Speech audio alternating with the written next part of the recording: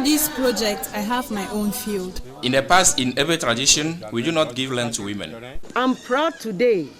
I have my own land. I have a chance to have my father's property also. We should approve our wife's project. Here is my house. I gave her a plot and she built this house. With this project, I could build a house with bricks. What you brought here for women makes me happy. I'm proud of it. In the past, you could hear physical violence 3 times in a week, but now, after desensitization, it is 2 times in a year. In the past, could you see me sitting here?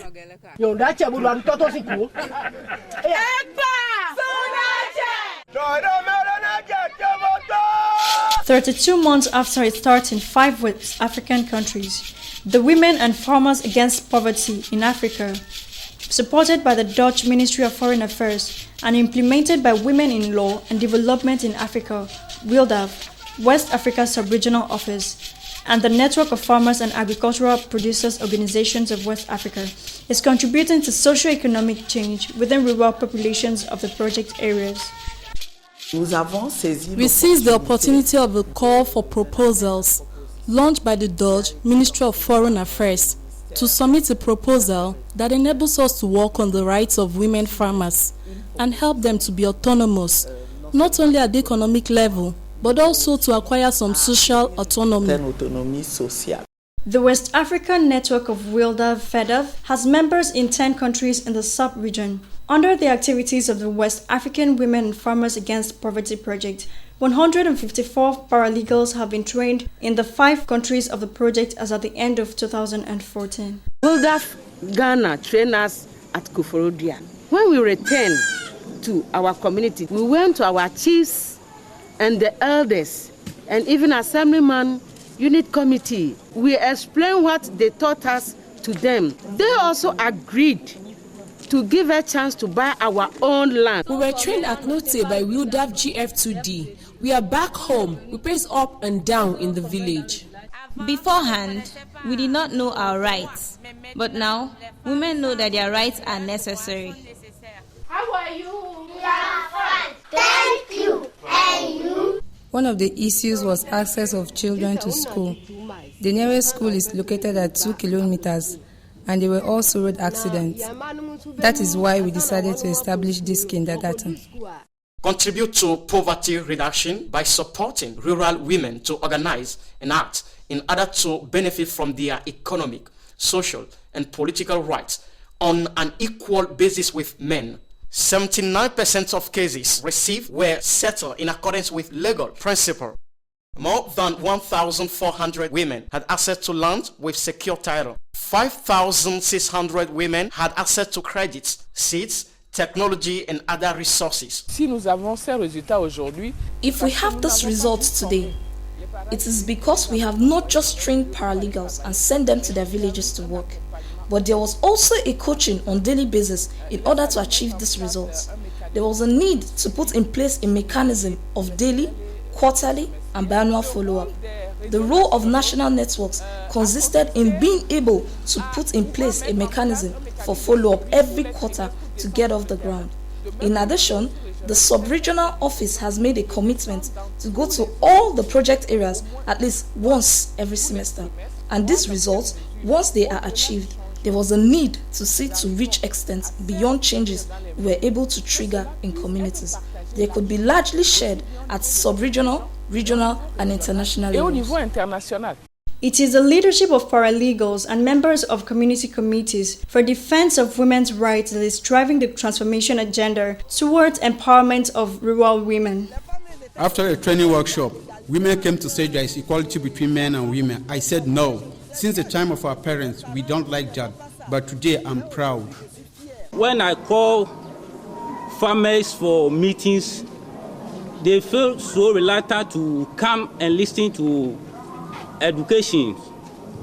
Now, through WILDAF, I am able to propagate my extension messages. Rural women are asserting themselves and are participating in decision making. They are asserting themselves as key development stakeholders. Once rural women are educated about their rights and freed from cultural taboos and harmful practices, today, things have changed. Our problems are solved among us. This new approach is very profitable to our community. In the ruling body, a woman was appointed as a dignitary. The change takes place and they begin to assert their rights. With WILDEF, women have access to land. This enables us to also increase our family income. Today, the school fees of my 2 children were paid by my wife. There is a widow from whom all has been taken away by her in-laws. But with the support of paralegals, part of the land was returned to her. With women's access to land, they can better feed themselves and dress elegant. At the beginning, I could not believe in the success of this project, but today the results are clear. Girls' schooling is effective. There is no more forced initiation to voodoo cult, no forced marriage. There is mainly increase in women's purchase of power. Knowledge of women's rights improved in the Villages project. Paralegals and members of community committees for defense of women's rights contributed to this. Neighboring countries benefit from their activities since information goes beyond the boundaries of the villages under the West African Women and Farmers Against Poverty project. This sensitization led to achieving changes in negative traditional practices such as denial of inheritance right, denial of access to land, denial of participation in decision making, excision, widowhood right, and many other negative practices. I am paralegal myself. I came very close to being a victim of leverage following my husband's death. Thanks to WILDEF, I was able to escape this practice. My husband abandoned me with the children. Assaults were frequent and I left him. I referred the case to WILDEF committee, which brought him back to his senses. With sensitization, I understood that women should undertake revenue-generating activities. To date, results achieved exceeded expectations through the implementation strategy adopted. This strategy included chiefs in sensitization sessions and empowered them to take part in conflict settlement activities. In the 5 project countries, paralegals obtained assistance from 210 traditional rulers in charge of their communities. In my chiefdom, we appointed a woman as dignitary. That is how men are able to better understand the need for women's participation in decision-making bodies at community levels and in farmers' organizations. Since then, management of common affairs is shared between both sexes. Women's access to land, credit, market, technology, and other resources they need to develop their activities in agricultural area is a progressive reality.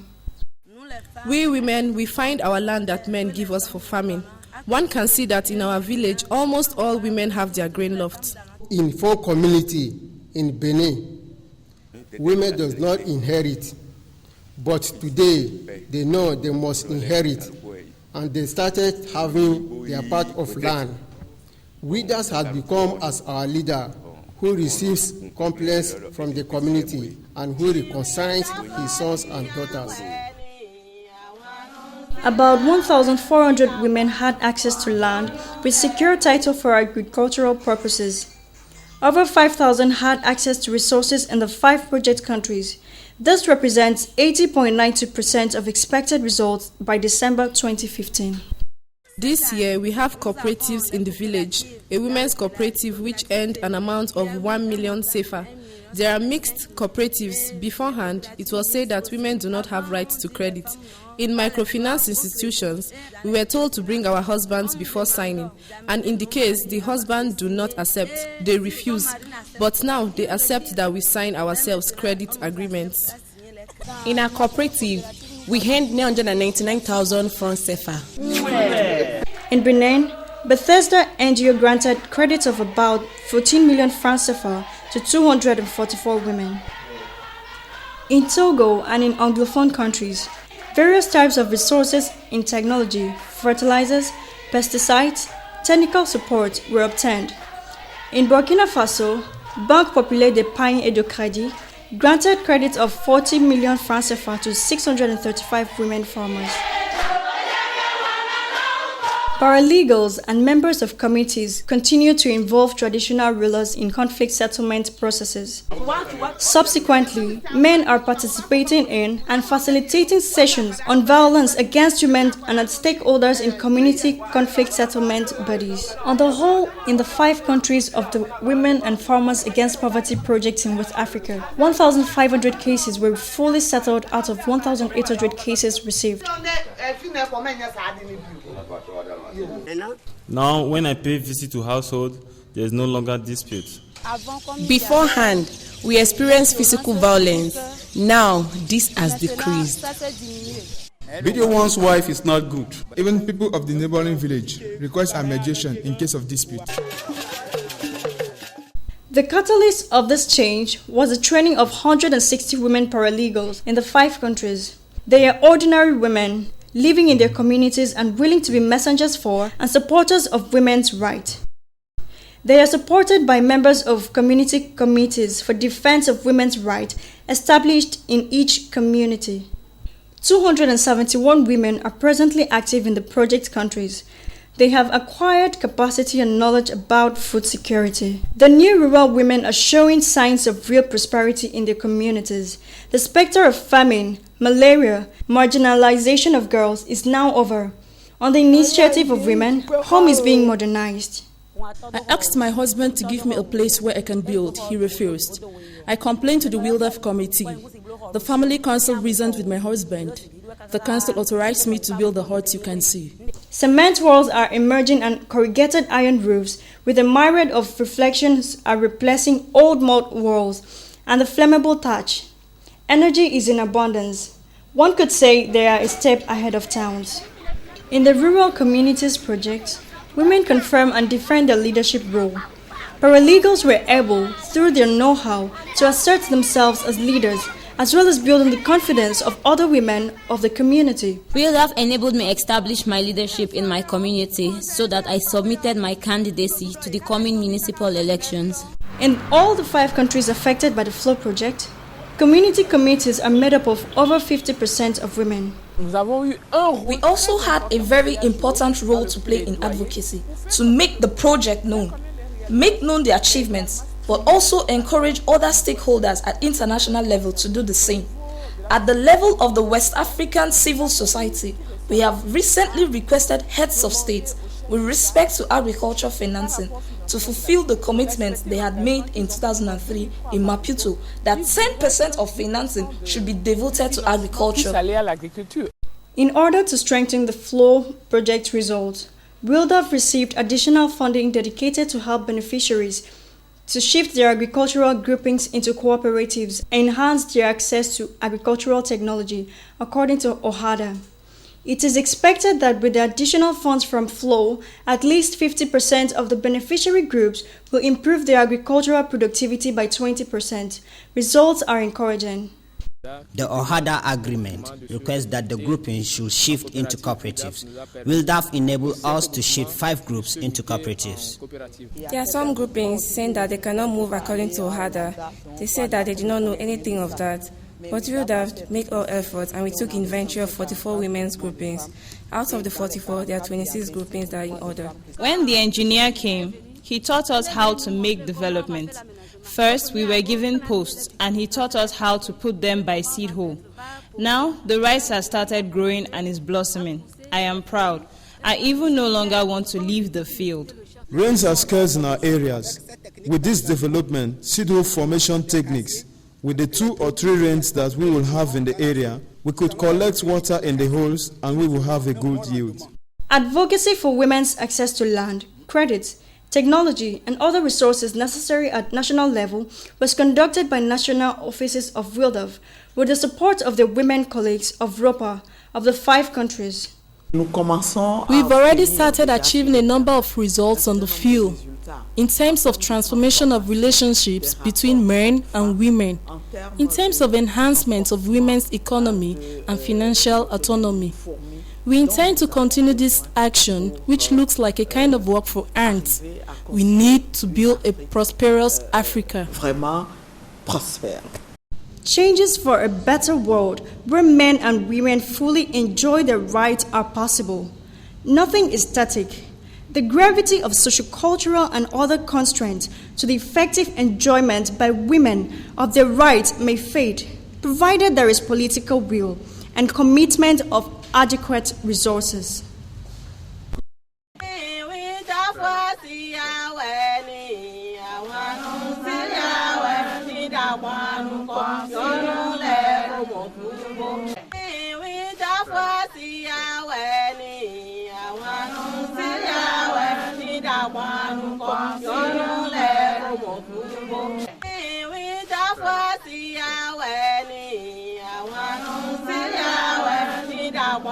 One,